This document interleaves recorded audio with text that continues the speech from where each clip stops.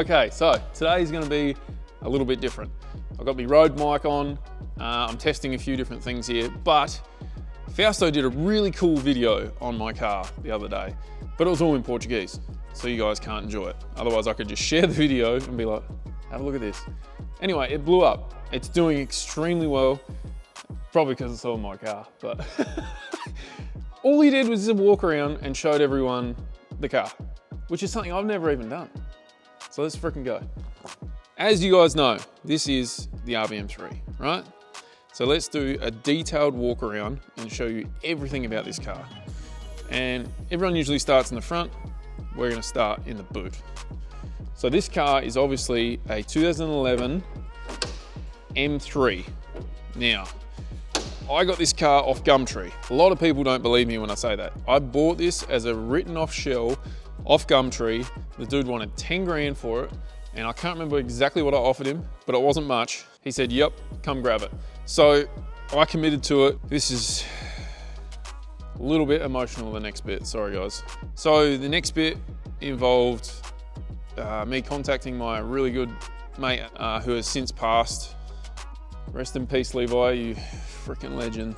So obviously rang my buddy Levi, and I'm like, hey bro, I found a car near you. Do you mind if I leave it in your backyard for a bit? Because it was a 22-hour drive away from where I lived at the time. And he's like, bro, no problem. So I got a tow truck, transferred the money, sent it to my mate Levi's house, and it stayed there for like a fair few months. And that's where all the craziness began, really. I finally got the car from Levi, like from his house, sent down. And yeah, begun the build. Sorry guys. It's obviously begun the build, and the first thing I wanted to make sure of was I knew the look I wanted. I wanted the Liberty Walk kit. It had just come out, well not just come out, but it was out, and that's what I wanted. So I hit them up straight away. I'm like, I want to buy the body kit. Can you please do me a good deal? They did help me out a little bit, but it still cost me close to 10 grand, like for this body kit. It cost a lot, but it was worth it. I freaking love it. Then the next bit was obviously getting the engine. The engine had to be perfect, and I found a clip of one of PowerTune's customers at the time. They were doing a skid, and I was like, this is the sound I need. I need this freaking sound. I knew I wasn't gonna get the exact one, like the exact sound, because the street car in question had a huge turbo, and obviously a lot more boost than I'd ever run. So you have to factor those things in. However, I knew PowerTune were the right company for this engine. Like, I needed something so reliable, I could just beat on it all the time and not have a problem. Best freaking partnership I ever created, or like joint, or whatever you want to call it, between me and PowerTune. It's like we've made freaking mountains move. It's been amazing from both sides. I've had a reliable car, or cars, since I went Motec, and obviously had Chia tuning them, and their business has boomed. Like, whether it's from me helping promote them or not, I feel like it's all just worked extremely well together. So let's get into it. This thing is obviously heavily modified. Put the radiator in the back. It's a Phoenix Patrol radiator. It's got an AI fuel system in it. So there's 3 Walbro fuel pumps in that sucker, and then it still retains the factory fuel tank under the rear seats. So down in there, there's yeah, factory lift pump that feeds the surge tank, and then there's 3 pumps feeding the engine. And it's twin rail, so there's twin -8 lines running down to the engine. A couple of spare fans, they keep this thing cool. This is a dry sump tank, little overflow bottle here. Yeah, it had to be clear so I could see if there was anything in it. This is a catch can for the dry sump tank. That fills up when I overfill it, which seems to be quite frequent. And then obviously there's fuel filter down there, and the winter's diff, which just fell out. Yeah, well, anyway. Davies Craig water pump. This is the only water pump I have. I don't have a mechanical pump in the front. I've just got this one in the back, and it does the job beautifully. We created this little fishbowl rear window because the whole point of this was I wanted people to look at it from the side on, and not see any ducting or anything, and like they could look at it and be like, yeah, it's a factory looking car. Like the people that put those big scoops here and whatever, it looks so ugly and just defeats the purpose of styling and in my eyes, drifting. But if that's what they think looks cool, then, you know, props to them. The rear end is all Wisefab. So all Wisefab arms, everything like that. I don't know if you're gonna be able to see it. Oh yeah. It's all Wisefab in the back. MCA shocks and springs, they're still separated. And also it's got M3 brakes on it, which are crap. They're terrible. We're running out of battery here on the old GoPro. Let's quickly go inside. It's a little bit messy. I just put these windows in. Fixed windows. They freaking worked out real good. Roll cage, done by Helps Metalworks. Back in 8 years ago. It was to FD regs, so hopefully it still complies. Battery behind the passenger seat here. These are Velo seats. They're extremely comfy. Got the halos. They even do custom stitching. So I got DriftSquid put on there. It's very messy in here, sorry guys. This dash was made by PowerTune just to hold the PDM. It's got a Motec M150 in it. It's got E88, and then the PDM is obviously race pack one, which is, yeah, at the time it's all I could get my hands on, so here's what it is. Woodward steering column with a collapsible crushing point in it. Obviously a Velo seat on the other side. Motec C127 dash. Velo steering wheel.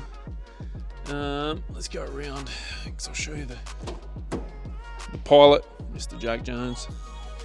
So it's got a G-Force GSR gearbox, and then a BGB drift handbrake. This thing is an OG. He told me it needs upgrading about 5 years ago, but still haven't done it. It's got genuine M3 mirrors, crazy expensive. Same with the freaking headlights, they're genuine. Let's go into the engine bay. Save the best for last, you know. Ooh, look at this. So RB26, straight out of PowerTune's headquarters. This is a PPM rotating assembly, so it's still a 2.6 litre, but it's billet crank, custom rods, pistons from PPM. It's currently got Turbo Smart 6466 turbo on it, but I will be changing that because it is not way too small, but a little bit too out of its efficiency range for this engine combo and how much I rev it, because this thing revs to 10,000 RPM. It's got a high octane dry sump kit on it with a Barnes pump, so all the high octane brackets and whatever else. ATI balancer. It's still got the water pump in it, like the housing, but I've cut all the fins out, so yeah, it doesn't actually do anything. Advanced alternator from Japan, so 150 amp. The thing's never let me down. I noticed the other week when I was servicing it, or this car, all these bolts started coming loose, so I fixed all them up. So when we built this car a long time ago with PowerTune, we decided to put every sensor we could get like on this thing. So there's sensors everywhere. You've got like a sensor block here, so I think it's like oil pressure, oil temp, vacuum, and then I can't remember, but there's sensors everywhere. You've got boost pressure on cold side, hot side, boost temp, boost temp, boost pressure, ambient, turbo speed sensor. We've got back pressure sensors. We got freaking, there's that many sensors on this car, it's insane. And I keep wrecking these coolant pressure sensors. So if you guys know of a coolant pressure sensor that doesn't keep failing, let me know, because that one keeps failing, giving me false readings. Wisefab in the front. It's never let me down. I've bolted in and just driven with it. It's been amazing. MCA shocks, springs in the front. I have a fire suppression system. That's what these are. Fausto didn't know what these were. That one's a little bit on the piss, but whatever. And then the wiring. The wiring's all mil spec, like with Autosport connectors. It's so freaking sick. A couple of plugs and the whole engine can come straight out. Not that we need to do that, ever. Twin fuel rail, so we've got 12 injectors, 1000cc injectors each. R35 coil packs. It just works. It's a really good combo with the M150. All braided lines for the boost lines, which gets me down to twin wastegates here, Turbo Smart 40 mils, I believe. Yeah, Progate 40s. A couple of them on a Helps manifold. So your manifold in my eyes is where the noise comes from. That's like the biggest factor in RBs. So Helps Metalworks, I believe, make one of the best exhaust manifolds out there. So he doesn't make them anymore, unfortunately. But if you do want one, I got a buddy who can probably swing a couple up. They are freaking good. So I use them on all my cars, besides the S15. That's got an Artec cast one on it, which still sounds pretty freaking good if you ask me. But RPM does wonders. I think revs to 10 grand as well. But yeah, it's just like the body kit is factory M3, and then obviously it's got the Liberty Walk add-ons to the body kit. So I think it looks freaking nuts. I'm pretty sure that covers everything. Like, it's got G-force gearbox, 4-speed.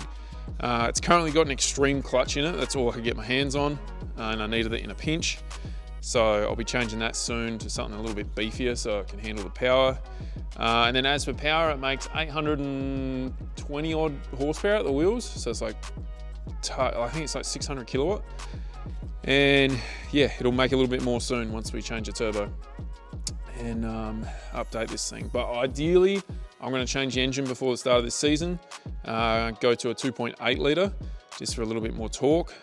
So I'm just trying to source a block now, get a 2.8 kit from PPM, and basically just put this head on that block, and away we go. So yeah, it's exciting. Oh, another thing, it's got an E90 like factory steering rack. It's the best. It works perfectly fine with the mechanical pump from the 33 GTR. It's my favorite pump, never lets me down.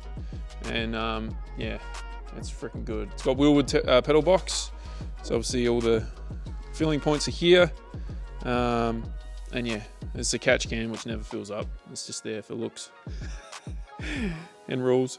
And then yeah, coolant overflow in the back, in the front as well as the back as well. I think that's everything, guys. If you have any questions or you want to know any more, please let me know. If it was up on a hoist, I'd show you underneath. But yeah, as I'm just thinking, I'm realizing more and more things. But it has oil cooler in the front here, and Hypertune Hypertune intercooler, and then it's got plasma clamps with cooler piping. But I need to upgrade the intercooler because yeah, it's not super efficient with this turbo. So I'm going to upgrade the turbo, the intercooler, and just hope my intake temps get resolved. But you guys will find out about that as soon as things start happening around here. But yeah, it's exciting. We're doing Formula Drift this year in Japan, and I could really do it with all the support from you guys. So if you like this, and I'll show you a few clips at the end of the car in action, please share it. Please give it that old frickin' thumbs up, because apparently that does wonders in the YouTube world. And yeah, share it to your friends, family, hell, even your mum would love to see this, surely. All right, guys, thanks for watching. See yous. Ready, bro?